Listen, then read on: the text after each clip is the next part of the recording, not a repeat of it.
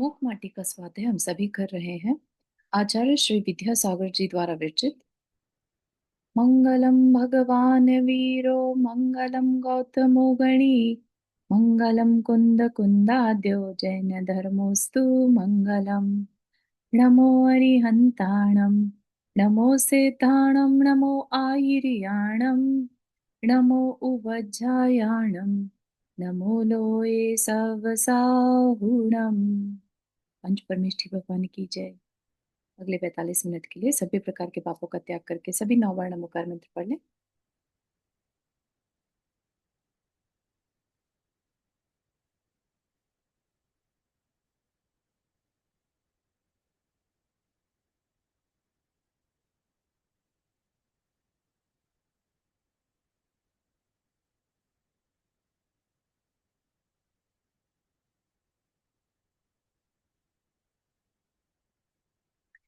सो मूक माटी में हम सभी बहुत लंबे समय से यात्रा कर रहे हैं साथ में। और आज हम अपना खंड 4 जो कि हमारा लास्ट खंड है मूक माटी काव्य का, महाकाव्य का, वो शुरू करने वाले हैं। अभी तक हमने देखा था स्टार्टिंग में जहाँ अम, माटी को उपाश्रम तक पहुंचाना था, है ना। वहां तक पहुंचने की यात्रा थी। दूसरे में माटी को जो लौंदा बनाया गया था, कुंभ का आकार दिया गया था। तीसरे में उसको सुखाने की प्रोसेस था। उसके ऊपर तरह तरह की कलाकारी की गई थी, उनका भी मीनिंग था।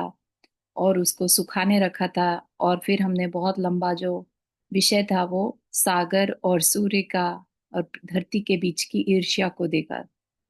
अल्टीमेटली पवन ने सपोर्ट किया, है ना। पवन मित्र था गुलाब का, और उसने सपोर्ट किया तो सागर, जितने भी ओले थे, बादल थे, सब जो है समुद्र की तरफ फेंक दिए गए।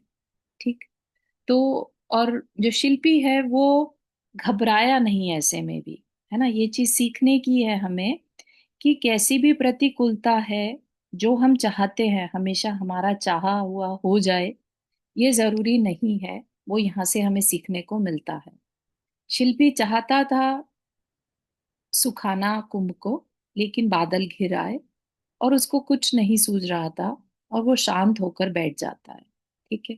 तो ये एक मैसेज है हम सबके लिए कि कभी भी प्रतिकूलता में बहुत ज्यादा विचलित होने की बजाय अगर हम शांत होंगे तो शायद कोई रास्ता निकलेगा। राइट।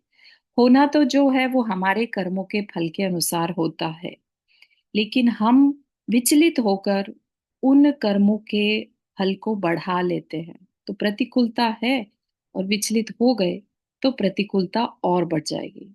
ठीक है। तो शिल्पी की बिहेवियर से हमें सीखने को मिलता है कि प्रतिकूलता आए तो क्या करो, और अंदर की तरफ चले जाओ। वह आत्म ध्यान में मगन हो गया। ठीक है ना। और भी जगह जगह पर हमने देखा किस तरह शिल्पी जो था पूरा एक गंभीर व्यक्तित्व का, अहिंसक, जिसने कि पानी भी छान कर लिया और जीवानी भी करी, है ना। मछली को भी वापस जल में डाला। राइट। उसको मरने के लिए बाहर नहीं छोड़ दिया कि तुम अपने आप आई हो, अब मैं क्यों तुम्हें छोड़ूं, है ना। वो हमने देखा किस तरह से। फिर जब माटी को रोंदने की बात आई थी तो उसके पांव हाथ बिल्कुल जाम हो गए थे कि मैं इस माटी को कैसे रोंद सकता हूँ। मतलब रौंदने के लिए अंदर में क्रूरता का भाव आता है ना।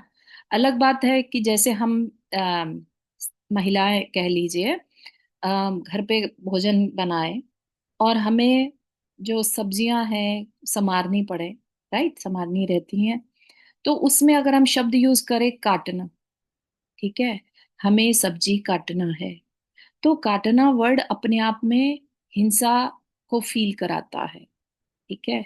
जो भाव देता है सिर्फ, और हम उसकी जगह कहें संवारनी है, सुधारनी है ना। तो इतने में ही डिफरेंस आ गया। तो अभी जो शिल्पी है उसको रौंदना है। राइट। तो रौंदना एक जो है बहुत क्रूरता टाइप का परिणाम है। किसी की छाती पर जैसे उसे रौंद दिया, है ना। तो वो भी नहीं हो पा रहा था उससे। फिर किसी तरह से उसकी आत्मा ने उसे संबोधन दिया कि जो कार्य करने का है कर्तव्य बोध से करो। अब आगे चलकर फिर हमने उसकी ये व्यवस्था देखी कि बिल्कुल शांत रहना है, और अब वह प्रसन्न है। क्यों? क्योंकि कुंभ भी रेडी है अगले स्टेप के लिए। माटी कुंभ का क्या स्टेप है नेक्स्ट? अग्नि परीक्षा के लिए। ठीक, कि अग्नि में तप कर ही मेरे अंदर की जितनी भी अब कमियां हैं वो सब निकलने का समय आ गया। ठीक है ना? तो कुंभ खुश है। उसको देखकर शिल्पी भी एक्साइटेड हो गया कि अरे तुमने तो बहुत जल्दी से बहुत कुछ सीख लिया, और बहुत प्रसन्न हो जाता है। ठीक, अब क्या है नेक्स्ट खंड 4 में? उसको अग्नि पर पकाकर कलश का रूप दिया जाएगा, और फिर उस कलश का क्या होगा, है ना, वो हम सब जो है इस मूक माटी में देखेंगे। ठीक, तो ये जो पेज आप देख रहे हैं यहाँ पर, ये गलत छप गया था। ये थर्ड खंड का पहला पृष्ठ है, बीच का पृष्ठ है, इसलिए यहाँ पर नहीं लेंगे, उसको पढ़ेंगे, यहाँ से शुरू करेंगे। आज अवलोकन हुआ अवा का, सरसरी दृष्टि से अब अविलंब अवधारित अवधि में अवा के अंदर कुंभ को पहुंचाना है, और अवा को साफ सुथरा बनाया जा रहा है। ठीक है? अवा मतलब, आई डोंट नो अगर आप लोगों ने कभी वर्ड सुना हो, भट्टा, जिसमें कि ईंटों को पकाया जाता है। एक बहुत ऊंचा सा मीनार टाइप का क्रिएट किया जाता है, मिट्टी का ही बना हुआ, और उसके अंदर लकड़ियां जलाई जाती है, कोयला जो भी होता होगा ईंट के भट्टे के लिए तो। लेकिन कुंभ का के लिए भी अवा, है ना, तो इसमें शायद एक पिक्चर है ये, है ना, इस तरह का। ये इसके अंदर कुंभ रख दिए जाएंगे, और बाहर से ये लकड़ियों से इसको एक शेप दे दिया गया। पीछे वाला भी आप देख सकते हैं, ये वाला भी देख सकते हैं, है ना। तो इस तरह से इसको क्या कहेंगे? अवा। ठीक है, तो ये अवा अब रेडी करना है उसको।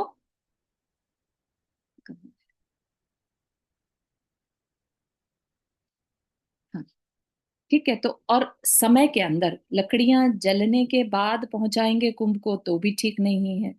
कुंभ पहले रख दिए जाएंगे, फिर लकड़ियां जलाई जाएंगी, और वहां के जो स्थान है उसको भी देखभाल कर रखा जाएगा, लकड़ियों को जलाने से पहले साफ सुथरा करके, ताकि किसी जीव की हिंसा ना हो जाए। ठीक है ना? अवा के निचले भाग में बड़ी बड़ी टेढ़ी मेढ़ी गांठ वाली, काली काली छाल वाली बबूल की लकड़ियां एक के ऊपर एक सजाई जाती हैं, और उन्हें सहारा दिया जा रहा है लाल पीली छाल वाली नीम की लकड़ियों का। शीघ्र आग पकड़ने वाली देवदारू सी लकड़ियां भी बीच बीच में बिछाई गईं। धीमी धीमी जलने वाली सच्चिकन इमली की लकड़ियां जो आवा के किनारे चारों ओर खड़ी हैं, और अवा के बीचों बीच कुंभ समूह व्यवस्थित है। ठीक है, तो ये एक तरह का विजुअल दे दिया गया कि कैसे विजुअलाइज करना।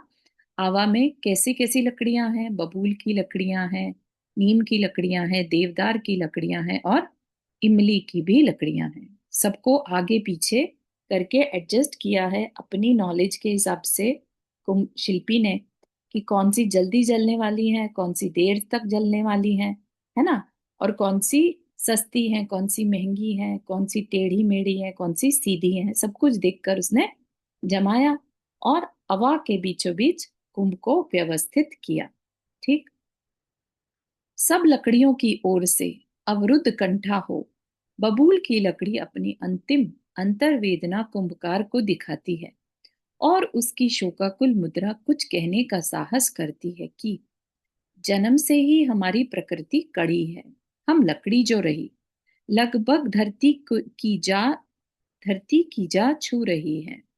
हमारी पाप की पालड़ी भारी हो पड़ी है, हमसे बहुत दूर पीछे पुण्य की परिधि बिछड़ी है। क्षेत्र की ही नहीं काल की भी दूरी हो गई है। पुण्य और इस पतित जीवन के बीच में कभी कभी हमें बनाई जाती कड़ी से और कड़ी छड़ी अपराधियों की पिटाई के लिए। प्रायः अपराधी जन बच जाते, निरपराधी ही पिट जाते, और उन्हें पीटते पीटते टूटती हम। इसे हम गणतंत्र कैसे कहें? यह तो शुद्ध धन तंत्र है, या मनमाना तंत्र है। ठीक है, तो अब यहाँ पर जो लिखने वाले कवि कवि जो हैं, वो एक तरह से अपनी लेखनी के माध्यम से चल रहा जो बाहर का वातावरण है उसको यहाँ पर लकड़ियों की व्यथा के थ्रू प्रेजेंट कर रहे हैं। तो लकड़ी यानी कड़ी वर्ड आता है उसमें, लकड़ी, कड़ी, है ना, तो कड़ा, कठोर, राइट।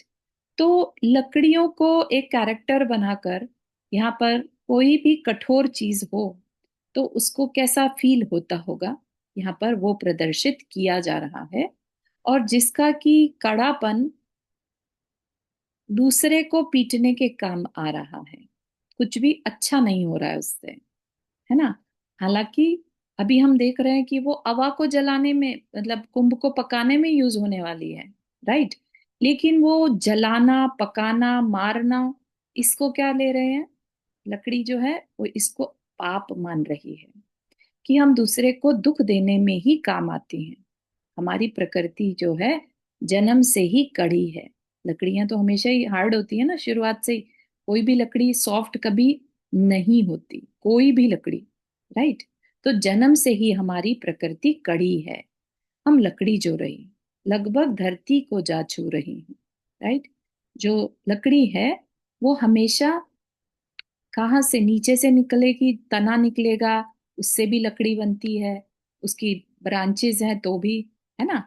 तो बेसिकली जमीन से के साथ ही उसका वास्ता रहता है। और निरंतर गलत काम में, या एटलीस्ट कहने में ऐसा लगता है दूसरे को जलाने में, दूसरे को मारने में, इस तरह से काम आ रही है। तो पाप की पालड़ी भारी हो रही है। हमसे बहुत दूर पीछे पुण्य की परिधि बिछड़ी है। पुण्य तो जैसे हम करना भूल ही गए हैं, ऐसा उनको लग रहा है। ये सिर्फ व्यथा है लकड़ी की, ठीक है। तो जो जो पुण्य से दूर हो जाए, ठीक है, तो वो कैसा फील करेगा। अगर कोई पाप में ही लगा रहे तो उसका क्षेत्र क्या बनेगा। पाप कर्म का फल कहाँ सबसे ज्यादा है, नरक में होगा या तिर्यंच में, ठीक है ना। तो कह रहे हैं कि क्षेत्र की ही नहीं, काल की भी दूरी हो गई है। जिस काल में हम हैं, जिस क्षेत्र में हम हैं, वहां पर हमारा कोई भला नहीं हो सकता। क्यों, क्योंकि पुण्य और इस पतित जीवन के बीच में कभी कभी हमें बनाई जाती कड़ी से, और कड़ी छड़ी अपराधियों की पिटाई के लिए, ठीक है। तो पतित जीवन, तो लकड़ी को भी समझ में आ रहा है कि उसका जीवन जो है नीचे की तरफ ही जा रहा है। और हमें बनाया तो जाता है अपराधियों की पिटाई के लिए, है ना। लेकिन अब जो लेखक है वो अपनी वातावरण को, आसपास के एनवायरनमेंट को रिप्रेजेंट करते हुए बता रहे हैं कि बनाया तो जाता है अपराधियों की पिटाई के लिए, लेकिन अपराधी जन बच जाते हैं और उनकी जगह निरपराध ही पिट जाते हैं।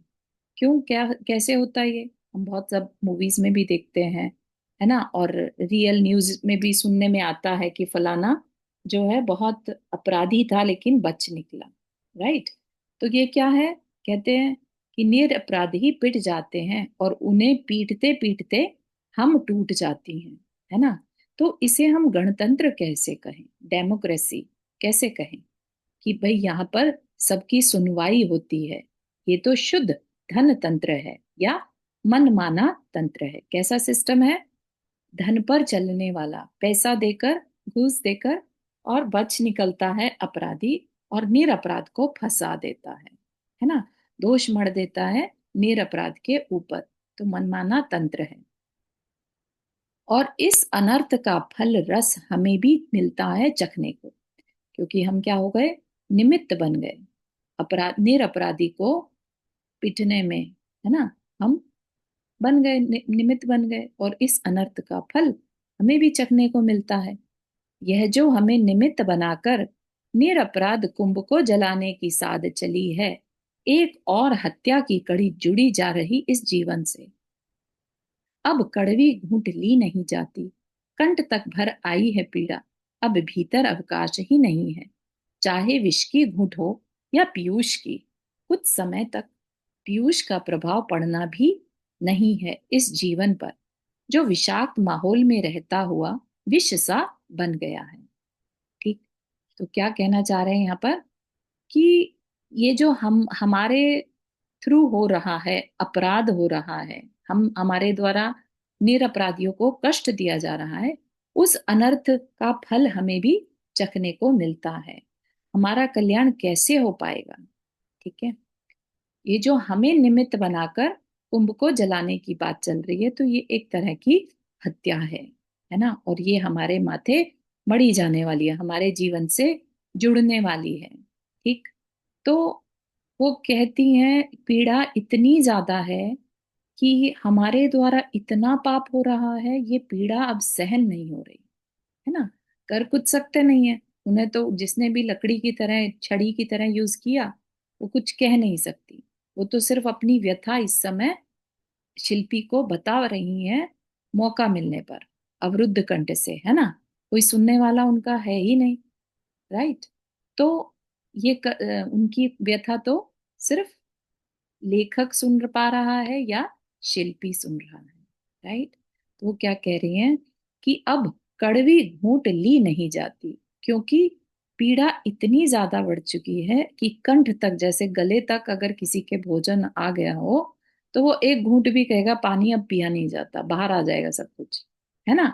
तो ऐसे ही वो कह रहे पीड़ा इतनी ज्यादा है कि अब कुछ और नहीं जा रहा अंदर, चाहे फिर वो विष हो, चाहे अमृत ही क्यों ना हो। ठीक है, कि इतना ज्यादा अंदर में विष या अंदर में पीड़ा है कि अगर अमृत भी कोई दे देना, तो वो भी असर धीरे धीरे करेगा, इतना जहर अंदर में बन चुका है। ठीक। आशातीत विलंब के कारण अन्याय न्याय सा नहीं, न्याय अन्याय सा लगता ही है। और यही हुआ है इस युग में इसके साथ। क्या? आशातीत विलंब के कारण अन्याय न्याय सा नहीं, न्याय अन्याय सा लगता ही है। न्याय अन्याय सा मतलब अगर कोई जस्टिस भी होना हो, लेकिन एक्स्ट्रा उसमें डिले हो जाए, है ना। एक किसी ने पाप किया, जैसे हम सुनने में आता है ना, जो डियर को मारा किसी ने, और उसको आज तक सजा नहीं मिली। राइट। तो आज अगर मिल भी जाए तो क्या ही न्याय हो जाएगा, अन्याय हुआ 20 साल पहले, है ना।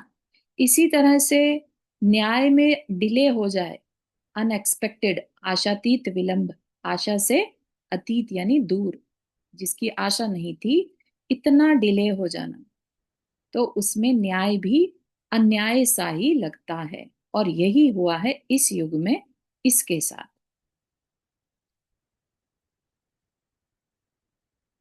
लड़खड़ाती लकड़ी की रसना रुकती रुकती फिर कहती है, निर्बल जनों को सताने से नहीं, बल संबल दे बचाने से ही बलवानों का बल सार्थक होता है।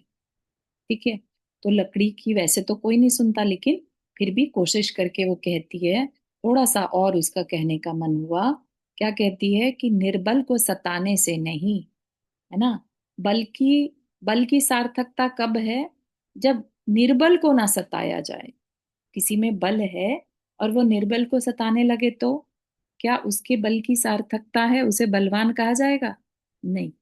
निर्बल जनों को सताने से नहीं, बल्कि बल संबल दे बचाने से ही बलवानों का बल सार्थक होता है ना। 3 लाइन में बल बल बल मल्टीपल टाइम देकर एक सुंदर काव्य की रचना हम देख सकते हैं। ठीक है ना। तो जो बलहीन को सहारा देकर ऊपर उठाए, वही उसी बलवान का बल सार्थक होता है। तो ऊपर उठाना ही मैटर करता है, ना कि जलाना पीटना फूकना, है ना। इस पर क्षुब्ध हुए बिना मृदु ममतामय मुख से मिश्री मिश्रित मीठे वचन कहता है शिल्पी कि नीचे से निर्बल को ऊपर उठाते समय उसके हाथ में पीड़ा हो सकती है, उसमें उठाने वाले का दोष नहीं, उठने की शक्ति नहीं होना ही दोष है। हाँ हाँ, उस पीड़ा में निमित्त पड़ता है उठाने वाला। बस इस प्रसंग में भी यही बात है, कुंभ के जीवन को ऊपर उठाना है, और इस कार्य में और किसी को नहीं, तुम्हें ही निमित्त बनना है। यूं शिल्पी के वचन सुन संकोच लज्जा के मिश अंत स्वीकारता प्रकट करती सी पुरुष के समान स्त्री सी थोड़ी सी ग्रीवा हिलाती हुई लकड़ी कहती है कि क्या हुआ? इस पर शुद्ध हुए बिना, है ना, अब लकड़ी तो अपना मन की बात कह रही है कि नहीं, हम, तुम जो कर रहे हो ठीक नहीं कर रहे हो, हमें इसके, इस पाप का भागीदार बना रहे हो, है ना। तो शुद्ध हुए बिना मृदु ममतामय मुख से मिश्रित मीठे वचन कहता है शिल्पी। मृदु, मीठे, ममतामय यानी वात्सल्य से भरे, है ना, और मिश्रित मीठे वचन, हित मित प्रिय। ठीक। शिल्पी क्या कहता है कि नीचे से निर्बल को ऊपर उठाते समय, कोई गिरा हुआ है, उसको ऊपर उठाना है अगर, तो हाथ में पीड़ा हो सकती है ना, जोर लगाना पड़ सकता है, क्योंकि उसे नीचे से उठाना है, राइट। तो उसमें उठाने वाले का दोष नहीं। जिस उठाते समय अगर हाथ में पीड़ा हो, यानी कि अगर हम निमित्त बन रहे हैं किसी के अच्छे के लिए, और उसमें अगर उसे थोड़ी पीड़ा भी हो, तो वह पीड़ा, है ना, निमित्त बनने वाले के लिए तकलीफ का कारण नहीं, उसमें उसको पाप का भागीदार नहीं बनना पड़ता, है ना। अभी जैसे मुनि महाराज हैं या कोई उपदेशक है, राइट, वो अपना समय निकाल कर अगर वो कुछ बताता है, समय निकालता है अपना और कोई काम रोक कर करता है, तो उसमें उसको थोड़ी तकलीफ हो सकती है, राइट।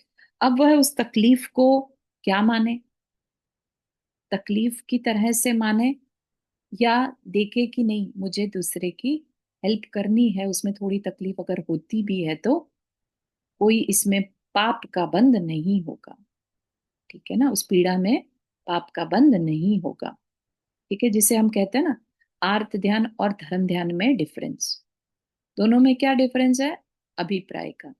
आर्त ध्यान अपने खुद के दुख में दुखी होना, और धर्म ध्यान दूसरे के दुख में दुखी होना, ठीक है। तो इसी तरह से यहाँ पर लकड़ी भी दूसरे को ऊपर उठाने के लिए उस पीड़ा में जल रही है, ठीक। तो उसमें उठाने वाले का दोष नहीं, उठने की शक्ति नहीं होना ही दोष है। और कोई कहते मुझे नहीं उठना, है ना, तो फिर वो हाथों में पीड़ा भी हो और उठा भी ना पाए, तो फिर भी उठाने वाले का दोष नहीं, क्योंकि उसकी इंटेंशन तो उठाने की है, अच्छी है। लेकिन जो गिरा हुआ है वो उठना ही ना चाहे, है ना, तो ये क्या है, ये दोष है, प्रमाद है। पुण्य की, पाप की परिभाषा ही शास्त्र में जो दी है वो यही है कि जो आत्मा को पुण्य से बचाए वह पाप है, या पुण्य करने में प्रमाद करना ही पाप है, ठीक है ना। तो ये क्या है, ये हमारा दोष है, जो हम पुण्य करने से, पुण्य करके उठना नहीं चाहते, ठीक है ना। हाँ हाँ, उस पीड़ा में निमित्त पड़ता है उठाने वाला, उठाने वाला निमित्त बन रहा है, लेकिन अच्छे कार्य के लिए, क्योंकि वह नीचे से गिरे हुए की तकलीफ को दूर करना चाहता है, ठीक। बस इस प्रसंग में भी यही बात है, कुंभ के जीवन को ऊपर उठाना है। सोचो लकड़ी ना जले तो कैसे उसका जीवन ऊंचा उठ सकेगा। तो लकड़ी का तो बहुत बड़ा रोल है उस कुंभ को पकाने से, और उसके वास्तविक जो उसकी कैपेसिटी है वहां तक पहुंचाने के लिए, है ना। अभी जो स्टेप है अग्नि परीक्षा, ये बहुत बड़ा स्टेप है कुंभ के जीवन का। आज तक तो क्या है, एक पानी की बूंद भी पड़ी तो वह फिर से फूट सकता है, लेकिन एक बार पकने के बाद अब उस पे कितनी भी बूंदें पड़ जाएं, बल्कि वह इवन पानी को अंदर रोक कर रखने के काम आने लगता है। अभी तक तो उसको डर के जीना पड़ रहा था, अरे पानी ना पड़ जाए, कोई मेरे ऊपर स्टेप ना कर दे, है ना।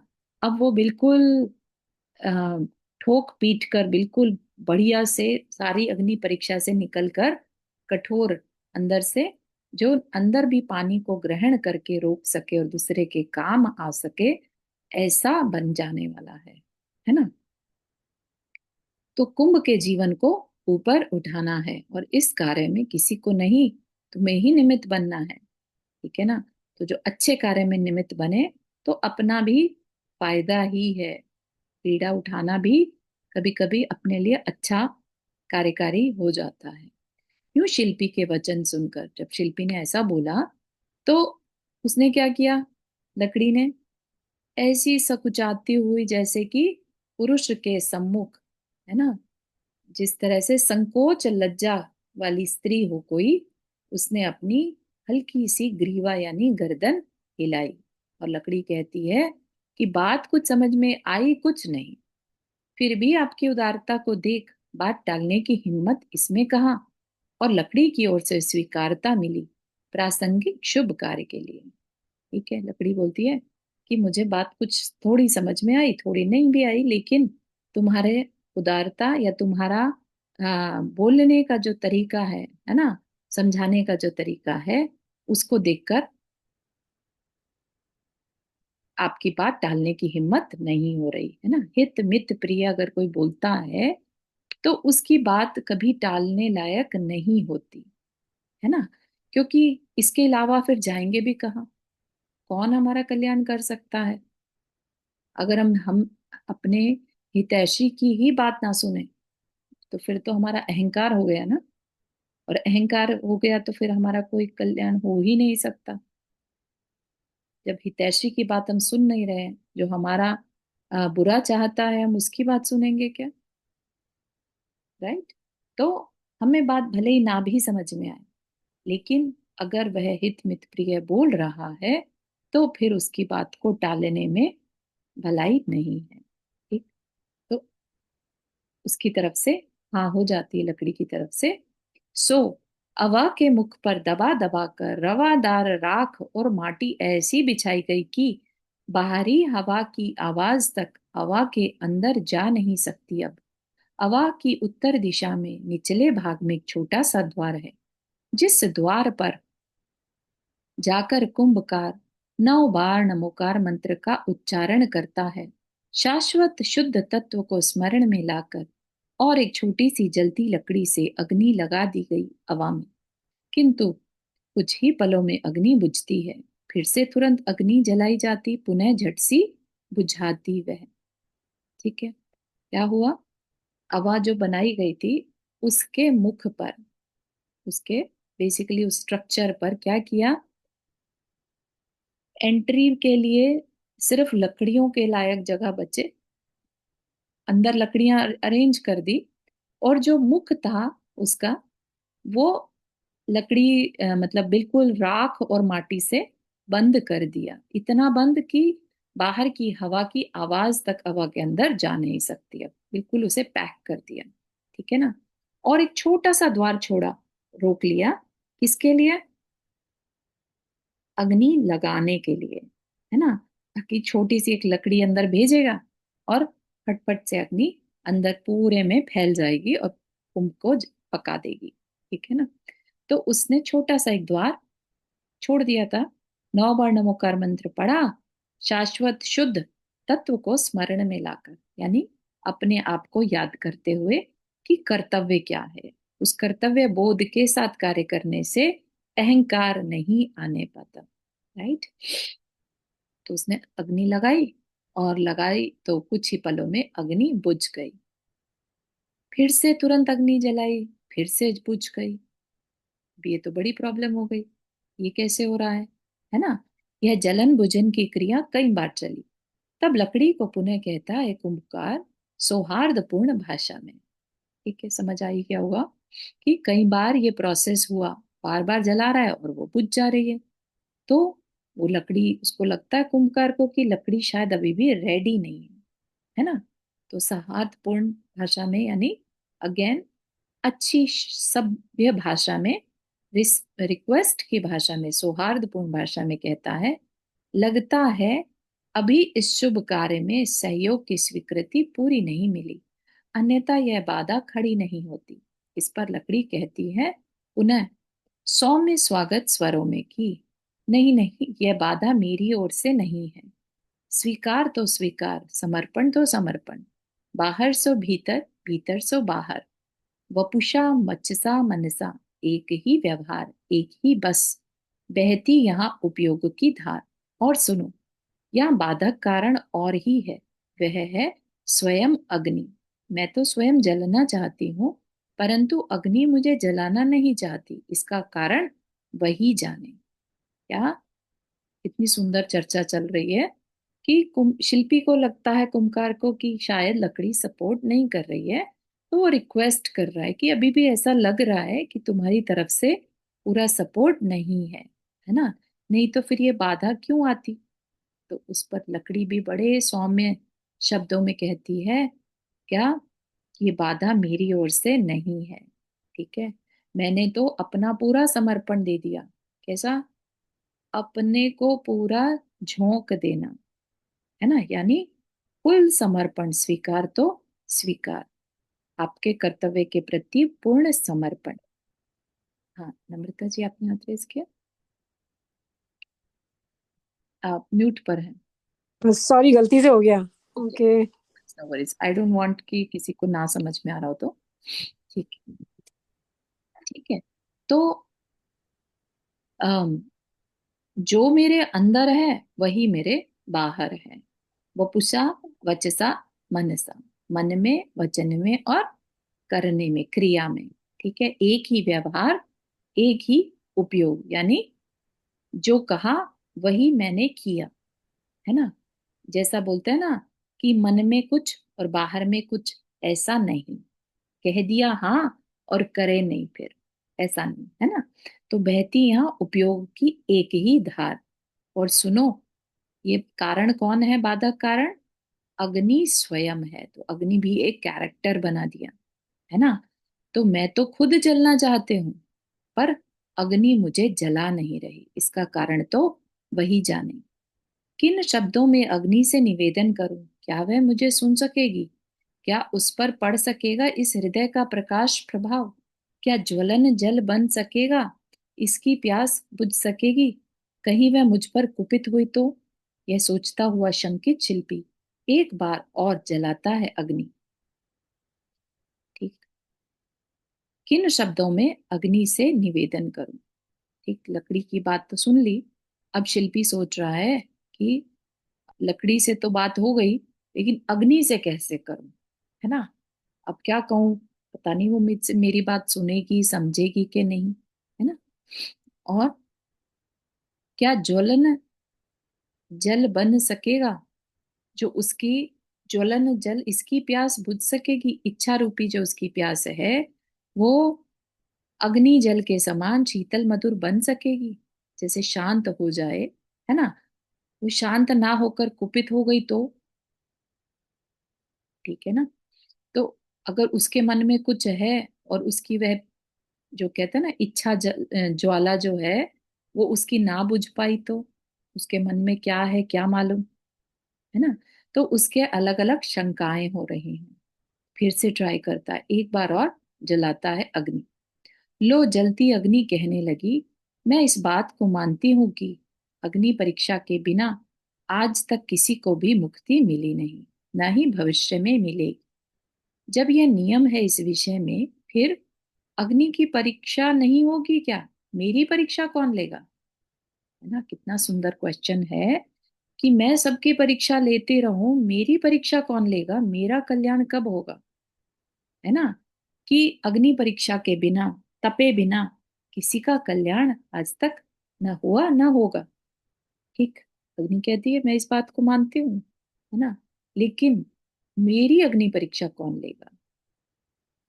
अपनी कसौटी पर अपने को कसना बहुत सरल है, पर सही सही निर्णय लेना बहुत कठिन है।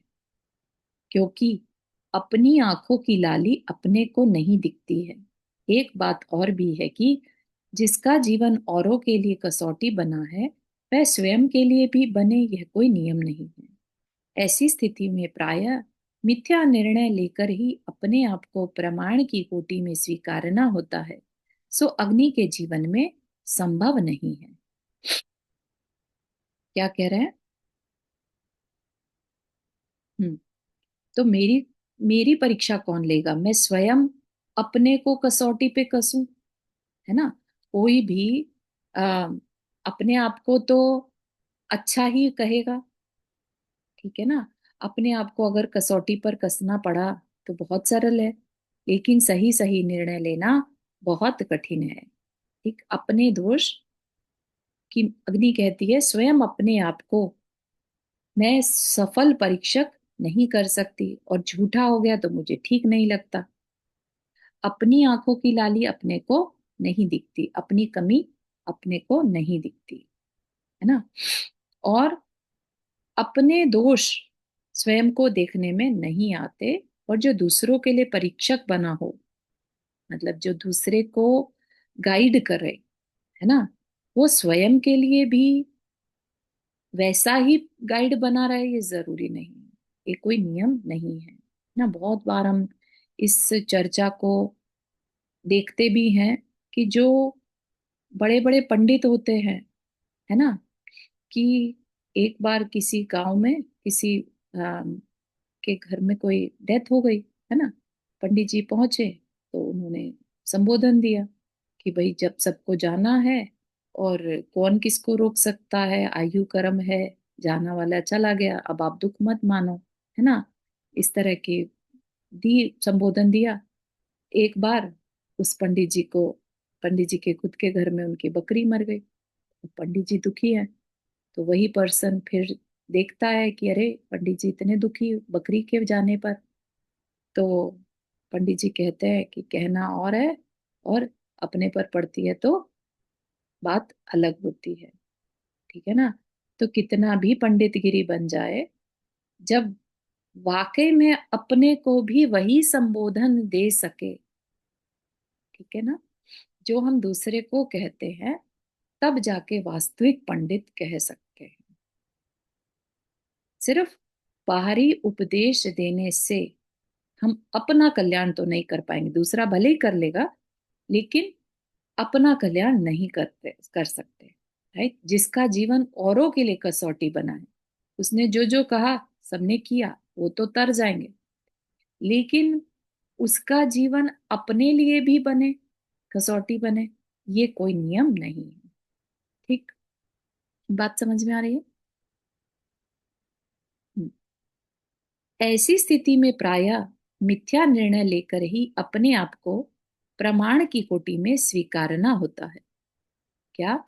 अपने जीवन में ऐसी स्थिति हो जाए तो अपने जीवन में सदा क्या करो, अच्छा उद्देश्य बनाए रखना एवं सात्विक आचरणमय जीवन बनाना ही सही कसौटी समझती हूँ। ठीक है ना।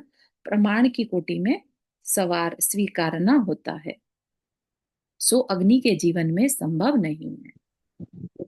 जो अग्नि है वो कह रही है कि मेरे जीवन में तो ये पॉसिबल नहीं है। कैसे? सदाशय और सदाचार के सांचे में ढले जीवन को ही अपनी सही कसौटी समझती हूँ। फिर कुंभ को जलाना तो दूर, जलाने का भाव भी मन में आना अभिशाप पाप समझती हूँ शिल्पी जी। ठीक है ना। जो प्रॉब्लम, जो व्यथा लकड़ी की थी, वही यहाँ पर अग्नि की भी हो रही है। क्या? कि अपने लिए, उसके लिए कसौटी क्या है, सही कसौटी क्या समझ रही है, उस उसके द्वारा तो बाकी सबकी अग्नि परीक्षा होती है, सब अपना कल्याण करते हैं, लेकिन अग्नि ने अपने लिए क्या कसौटी बना रखी है? सद आशय और सद आचार के सांचे में ढले जीवन को ही अपनी सही कसौटी समझती हूँ। ठीक है ना। तो सद आशय मतलब अच्छा आशय, और सद आचार अच्छा बिहेवियर। तो कहती है कि फिर कुंभ को जलाना तो दूर, जलाने का भाव भी मन में लाना अभिशाप पाप समझती हूँ शिल्पी जी। कि मेरे द्वारा कोई जल जाए, ऐसा मैं कैसे कर सकते हूँ। ठीक है ना। बात समझ में आ रही है?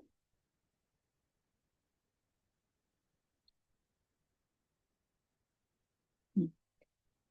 तब उपरीली वार्ता सुनता हुआ भीतर से ही कुंभ कहता है अग्नि से, विनय अनुनय के साथ, कि शिष्टों पर अनुग्रह करना सहज प्राप्त शक्ति का सदुपयोग करना है, धर्म है, और दुष्टों का निग्रह नहीं करना शक्ति का दुरुपयोग करना है, अधर्म है। मैं निर्दोष नहीं हूं, दोषों का कोष बना हुआ हूं, मुझ में वो दोष भरे हुए हैं। ठीक है। कितना सुंदर वर्णन है यहाँ पर। कुंभ जो कि हवा के अंदर है, वो बात सुन रहा था, अग्नि की व्यथा सुन रहा है। लकड़ी ने हाँ कर दी है, लेकिन अब अग्नि लकड़ी को जला नहीं रही है। उससे फिर कुंभ कहता है अग्नि से विनय अनुनय के साथ, पूरी रिस्पेक्ट के साथ, क्या, शिष्टों पर अनुग्रह करना। शिष्टों पर मतलब सत्पुरुषों पर, अनुग्रह करना मतलब उपकार करना। सहज प्राप्त शक्ति का सदुपयोग करना है धर्म, यानी परस्पर उपग्रहो जीवानाम, है ना। जीव के ऊपर हम उपकार कैसे कर सकते हैं? हमारे पास जो शक्ति है, हम उससे जो कार्य कर सकते हैं, वो उस शक्ति का यूसेज है, और वही धर्म है। ठीक। और दुष्टों का निग्रह नहीं करना। दुष्टों मतलब दुर्जन का, निग्रह मतलब दूर करना, दुष्टों को खत्म करना। शक्ति का दुरुपयोग करना है, अधर्म है। और मैं कैसा हूं? मैं दोष से रहित नहीं हूं, है ना। कुंभ अपने को अभी दोषी मानता है। दोष मतलब वहां पर ऐसा नहीं कि उसने किसी का कुछ कर दिया। दोष मतलब यहाँ पर उसमें अभी कमियां हैं जो पक कर ही पूरी होंगी। ठीक है ना। तो कहता है कि मैं निर्दोष नहीं हूं, दोषों का कोष बना हुआ हूं, मुझ में वे दोष भरे हुए हैं। अब जब तक उनका जलना नहीं होगा, मैं निर्दोष नहीं हो सकता। तुम्हें जलाने की शक्ति मिली है, मैं कहाँ कह रहा हूं कि मुझे जलाओ। मुझे नहीं, बल्कि मेरे दोषों को जलाओ।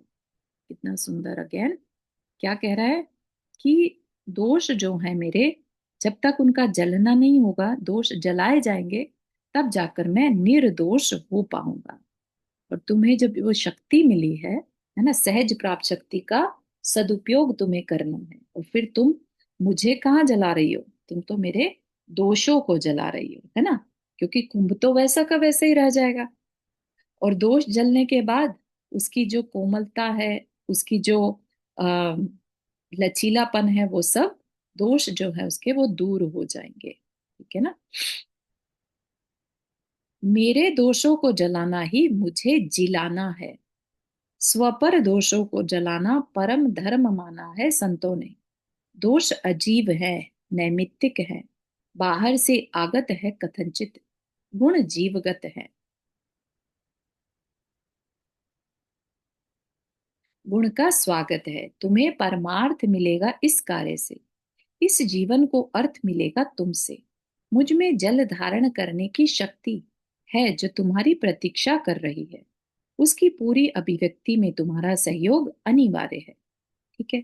ये वाला लास्ट तो समझ में आ ही गया होगा कि तुम्हें परमार्थ मिलेगा इस कार्य से, तुम निमित्त बन रही हो मेरे उस शक्ति को उजागर करने में, मेरे दोषों को दूर करने में। ठीक है ना। तो अगर तुम ऐसा करोगी तो मेरी जो दल धारण करने की शक्ति है, सहज शक्ति, वह प्रकट हो जाएगी। तो उसकी, उसको प्रकट करने में तुम्हारा सहयोग अनिवार्य है। ठीक। और उससे पहले क्या बोला था?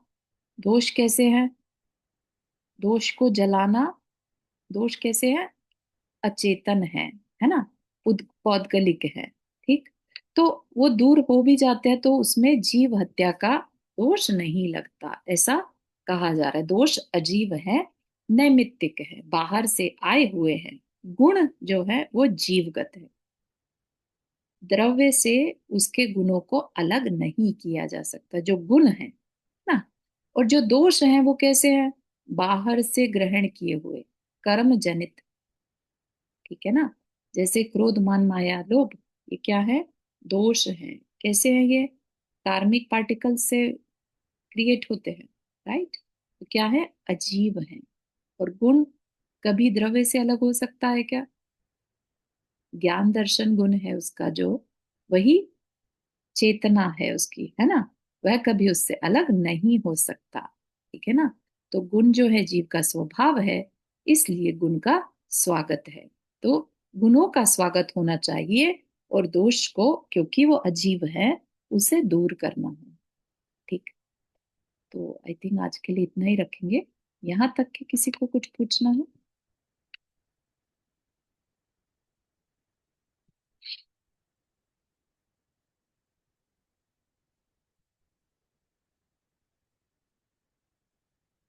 समझ में आ रहा था?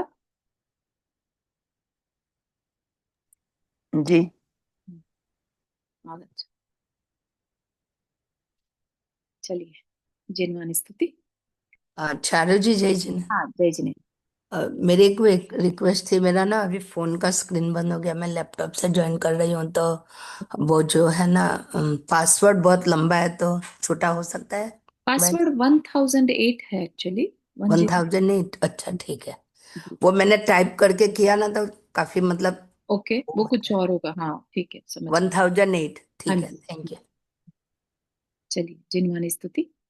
जा वाणी के ज्ञान से सुझे लोकालोक, सो वाणी मस्तक धरो सदा देत हो दोख। ये जिनवाणी भारती तो ही जपो दिन रहन, जो तेरा शरण आ गए सो पावे सुख चैन। नौ पानी में करना।